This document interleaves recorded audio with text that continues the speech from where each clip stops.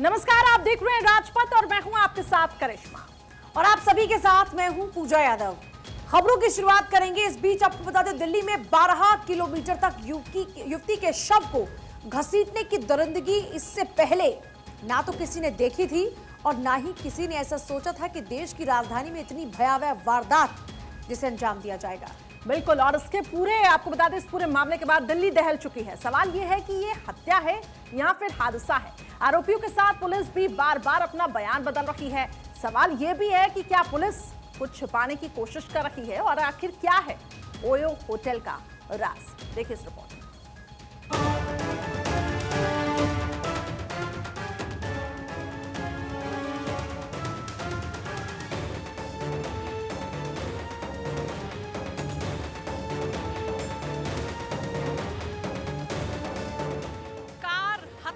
और OYO hotel का राज।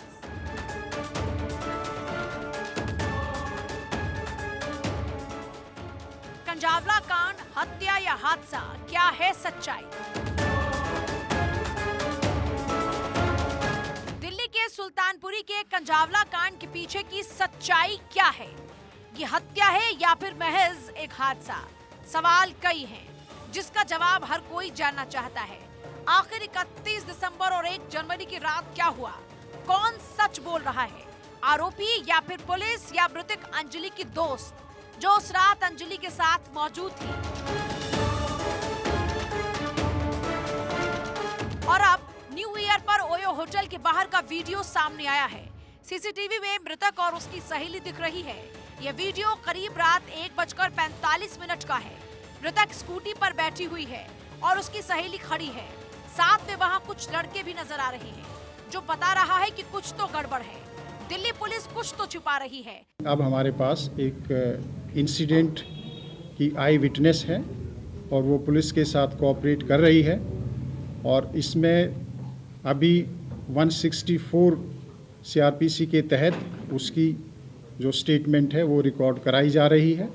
यह दिल्ली पुलिस के लिए इस केस के इन्वेस्टिगेशन में एक सिग्निफिकेंट डेवलपमेंट है और जो एक्यूज्ड हैं उनको एक तरह से सज़ा दिलाने में हमारे लिए महत्वपूर्ण साबित होगा।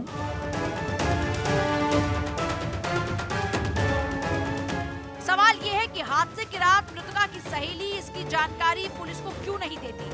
अपनी घायल सहेली को छोड़कर वो घर क्यों चली गई?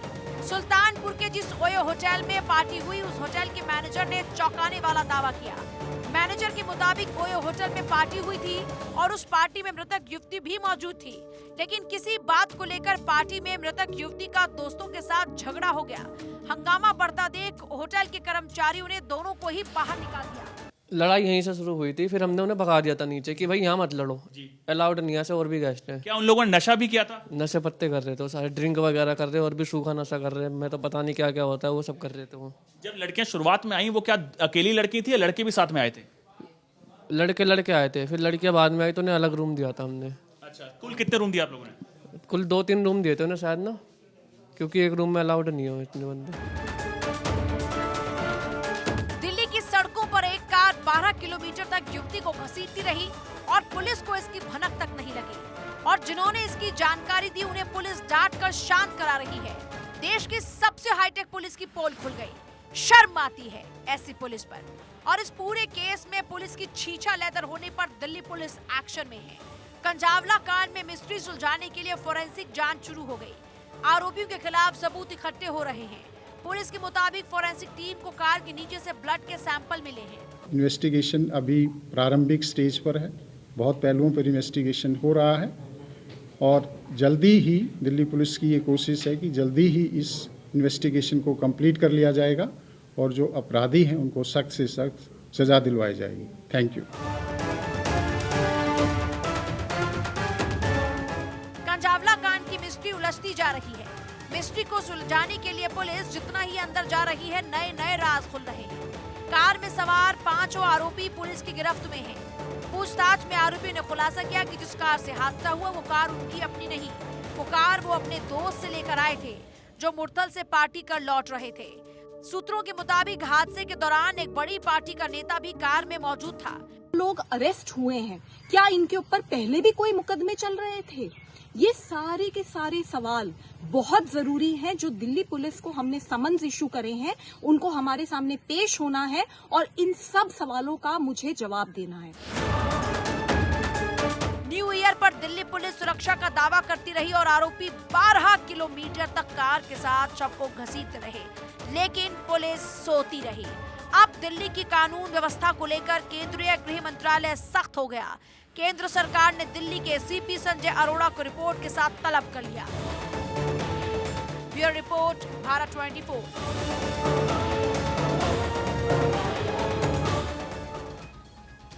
तो देखिए, दिल्ली में दरिंदगी की ऐसी तस्वीर अभी तक किसी ने नहीं देखी थी। 12 किलोमीटर तक युवती को कार से घसीटा गया और उसके साथ बर्बरता की गई। देखिए, घसीटा गया, लेकिन ना तो पुलिस को इसकी भनक लगी और ना ही चश्मदीदों के फोन पर पुलिस की नींद खुली। आज पूरे दिन दिल्ली का पारा हाई रहा। पीड़ित के पोस्टमार्टम रिपोर्ट से लेकर फोरेंसिक जांच तक और फिर केंद्रीय गृह मंत्रालय में दिल्ली पुलिस कमिश्नर की पेशी तक क्या कुछ हुआ, देखिए हमारी खास रिपोर्ट में।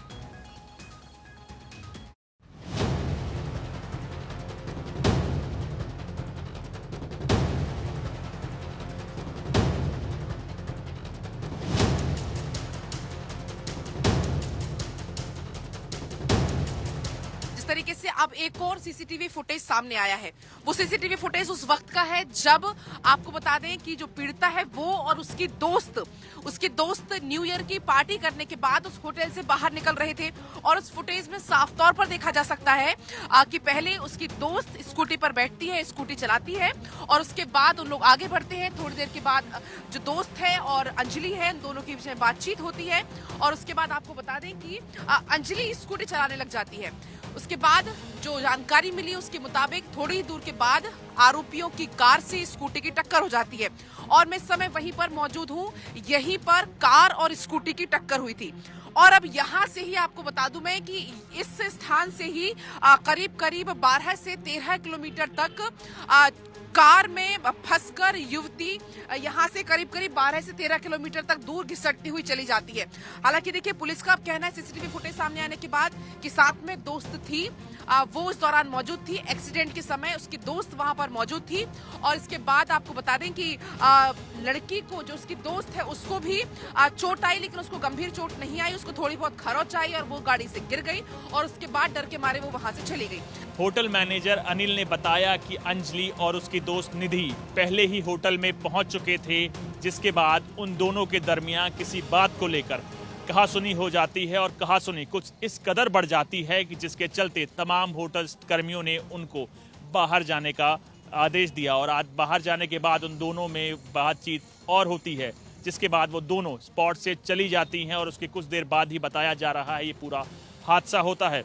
दिल्ली पुलिस की अब निगाह इस पूरे इंसिडेंट पे है कि इसकी शुरुआत कैसे हुई, जिसके चलते उन्होंने सबसे पहले निधि से पूछताछ की। निधि ने बताया कि हम दोनों ही एक साथ निकले थे और उसके बाद तमाम होटल कर्मियों से भी पुलिस इस मामले में पूछताछ कर रही है और बताया जा रहा है इस मामले में तमाम कड़ियां एक के बाद एक पुलिस जुटा रही है, जिसके चलते निधि का भी बयान आज मजिस्ट्रेट के सामने दर्ज किया गया है और डीसीपी ऑफिस में तमाम होटल कर्मियों के भी बयान दर्ज किए गए हैं। पुलिस तमाम कोशिशें कर रही है कि जल्द से जल्द इस मामले में अंजलि को इंसाफ दिलाया जा सके। किलोमीटर तक अंजलि के शव को उन आरोपियों ने, उन 5 दरिंदों ने इसी रोड पर घसीटते हुए लेके गए। पुलिस ने इस बात को कबूला है, यही रोड और यही जगह दरअसल सुल्तानपुरी से कंझावला के बीच में उस लड़की के शव को घसीटा गया और पुलिस इस मामले में लगातार आए दिन नए खुलासे करे जा रही है। इसी के साथ पुलिस ने आज एक बड़ा खुलासा किया है। दरअसल हम आपको बता दें कि पुलिस ने पहले कहा था कि केवल 4 किलोमीटर तक अंजलि के शव को घसीटा गया, लेकिन इसमें यह खुलासा आज हुआ है कि 12 किलोमीटर तक अंजलि के शव को इसी रोड पे उन 5 दरिंदों ने घसीटा। इसके साथ ही पुलिस ने यह भी खुलासा किया है कि वो जो 5 दरिंदे थे, वो जो 5 आरोपी थे, उनमें से जो आरोपी गाड़ी लेकर आया था वो उन किसी भी आरोपी की गाड़ी नहीं थी, बल्कि वो मांगी हुई गाड़ी थी और वो किसी और की गाड़ी में आए थे और शराब पीने की बात भी इसमें आई है सामने और वो शराब पीकर गाड़ी चला रहे थे, जिस बीच अंजलि की स्कूटी से उनकी टक्कर होती है और उसके बाद वो उनकी गाड़ी के नीचे फंस जाती है और इसी रोड पे वो दरिंदे उस लड़की को घसीटते हुए ले गए। दिल्ली पुलिस अब इस पूरे मामले में जांच में जुट गई है। फॉरेंसिक टीम के साथ साथ दिल्ली पुलिस की लीगल टीम भी इसमें एक साथ काम कर रही है। अभी तक इस पूरे मामले में जो भी जांच के सबूत इकट्ठा हुए हैं, दिल्ली पुलिस ने उसे प्रिजर्व कर लिया है और आने वाले दिनों में आरोपियों को कड़ी से कड़ी सजा दिलाने में दिल्ली पुलिस कोर्ट में उसे पेश करेगी। अभी तक इस पूरी जांच में पोस्टमार्टम रिपोर्ट में ये साफ जाहिर हो चुका है कि पीड़िता के साथ किसी भी तरह का रेप या दुष्कर्म जैसी वारदात नहीं हुई थी। आने वाले दिनों में और भी साक्ष्य जुटाए जा रहे हैं और दिल्ली पुलिस लगातार इस पूरे मामले में हर एक आदमी से पूछताछ कर रही है जो इस मामले में जुड़े हैं। आपको बताएं, इस पूरे मामले को लेकर अब दिल्ली पुलिस की स्पेशल सीपी शालिनी सिंह के नेतृत्व में एक टीम का गठन कर दिया गया है, जो कि इस पूरे मामले में जांच करके रिपोर्ट सौंपेंगी और इस पूरे की जानकारी गृह मंत्री अमित शाह को दे दी गई है। वहीं दूसरी तरफ दिल्ली पुलिस कमिश्नर ने, आपको बता दें, गृह सचिव से मुलाकात की, उसके बारे में जानकारी दी और गृह सचिव ने भी इस पूरे मामले में सख्ती से जांच के निर्देश दिए हैं। कुल मिलाकर कह सकते हैं कि अब गृह मंत्री इस पूरे मामले में कहीं से भी किसी भी तौर पर लापरवाही नहीं बरतना चाहते हैं।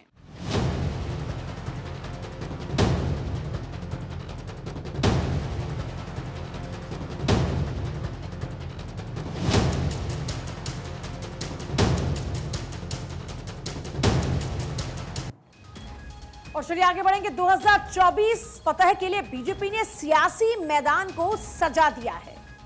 2024 में महाविजय के लिए बीजेपी मिशन 80 प्लान को धार देने में अब जुट गई है। बीजेपी की नजर यूपी के 80 लोकसभा सीटों पर आकर टिकी हुई और यूपी के 80 के 80 सीटों को जीतने के लिए बीजेपी ने 2 ऐसे धुरंधरों को मैदान में उतार दिया जिनका नाम सुनते ही विपक्षी दलों के नेताओं के पसीने छूटने लगे हैं।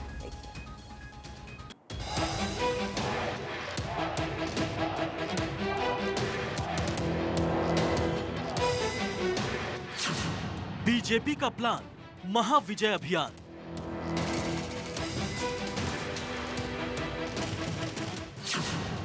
बीजेपी का मिशन 2024, यूपी की 80 सीटों पर नजर। लोकसभा चुनाव 2024 में है, लेकिन 15 महीने पहले ही लोकसभा चुनाव के बिगुल को बीजेपी ने फूंक दिया है। लोकसभा चुनाव के सियासी समर में बीजेपी अभी से उतर गई है। 2024 को जीतने के लिए बीजेपी ने सियासी शतरंज पर अपना पासा फेंक दिया है। बीजेपी 2024 में महाविजय के प्लान के साथ मैदान में उतर गई है। 2024 में मोदी सरकार 3.0 की वापसी के लिए बीजेपी देश के सबसे ज्यादा सीटों वाले उत्तर प्रदेश में मिशन 80 को लॉन्च कर दिया है।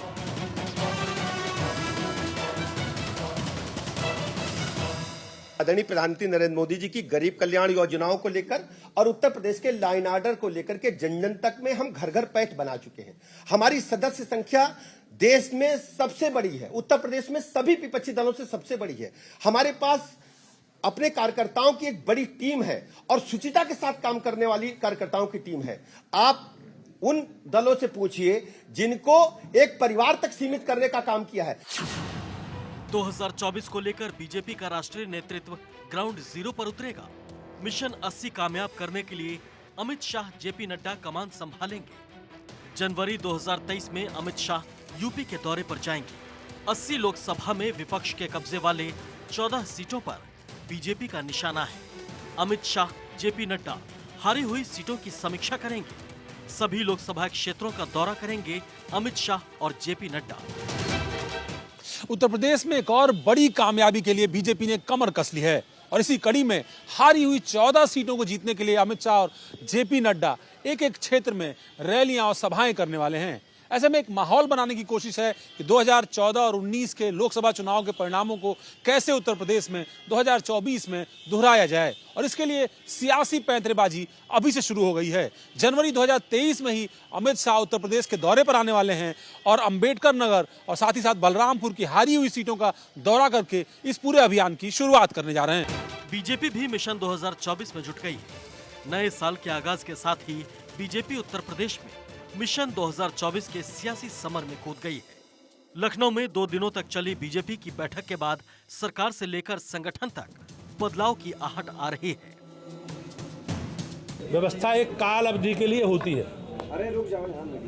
अभी मिड सेशन के लिए मुझे काम दिया है पार्टी ने, और मैं पार्टी के नेतृत्व से बातचीत करके अगर अनुमति मिलेगी तो आंशिक परिवर्तन की ओर बढ़ेंगे।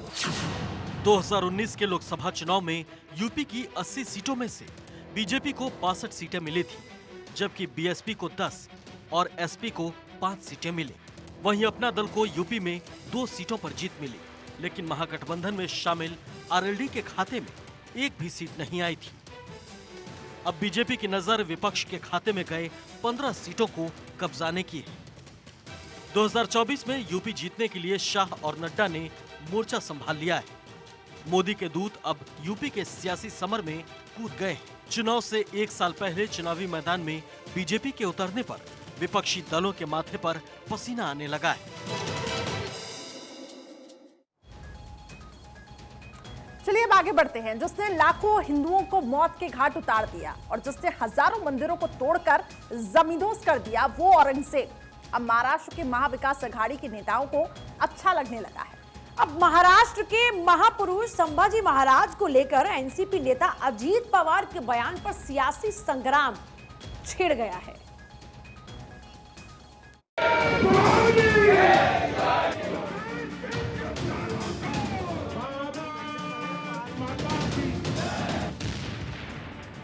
संभाजी का अपमान, औरंगजेब सम्मान।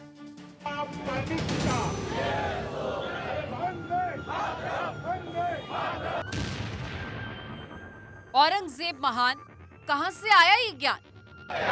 अजीत पवार मुगल शासक औरंगजेब कितना क्रूर था, उस पर न जाने कितने हिंदुओं के कत्ल का आरोप है। लाखों मंदिरों को तोड़कर जिसने जमींदोज कर दिया। महाराष्ट्र के एनसीपी नेता औरंगजेब को क्रूर नहीं मानते। संभाजी महाराष्ट्र पर महाराष्ट्र सदन में दिए गए अजीत पवार के बयान का बचाव करने मैदान में उतरे जितेंद्र आव्हाड ने नया विवाद छेड़ दिया है। आव्हाड ने औरंगजेब को क्रूर नहीं बल्कि अच्छा शासक बता दिया है। उन्होंने औरंगजेब को हिंदू विरोधी नहीं होने का सर्टिफिकेट दे दिया है। कई इतिहासकारों का मानना है कि संभाजी महाराज की हत्या औरंगजेब ने की थी, लेकिन एनसीपी को ऐसा नहीं लगता। जरा एनसीपी के नेता जितेंद्र आव्हाड का बयान सुन लीजिए। त्यांना बहादूरगडावरती पहिल्यांदा नेण्यात आलं, त्यांचे डोळे काढण्यात आलं। बाजूला विष्णूचं मंदिर आहे। अफजल खान जर एवढा आपला औरंगजेबवर एवढा क्रूर आणि हिंदुद्वेष्टा म्हणजे जे काय म्हणायचंय ते, त्यांनी विष्णूचं मंदिरही तोडलं। संभाजी महाराज पर दिए गए अजीत पवार के इस विवादित बयान का बचाव करने आए जितेंद्र आव्हाड ने नया विवाद छेड़ दिया। अब महाराष्ट्र में मुगल शासक औरंगजेब को लेकर सियासी संग्राम छिड़ गया है। बीजेपी नेता राम कदम ने महाअखाड़ी गठबंधन पर जोरदार प्रहार किया है। एनसीपी नेताओं के साथ उद्धव ठाकरे पर कई तीखे सवाल पूछे हैं। हैरानी तो इस बात की है कि यह बयान सुनने के बाद भी उद्धव ठाकरे, आदित्य ठाकरे इनका खून खोलता नहीं। इनकी खामोशी, इनकी चुप्पी इस बयान को दुर्भाग्य से समर्थन दे रही है। महाराष्ट्र में तो महापुरुषों के नाम पर सियासी वार पलटवार जारी है। शिवाजी के अपमान के आरोप में उद्धव गुट और महाविकास अखाड़ी ने मोर्चा खोल दिया है, तो अब संभाजी महाराज पर भी अजीत पवार की विवादित टिप्पणी के बाद बीजेपी ने महाविकास अघाड़ी के खिलाफ भी मोर्चा खोल दिया है।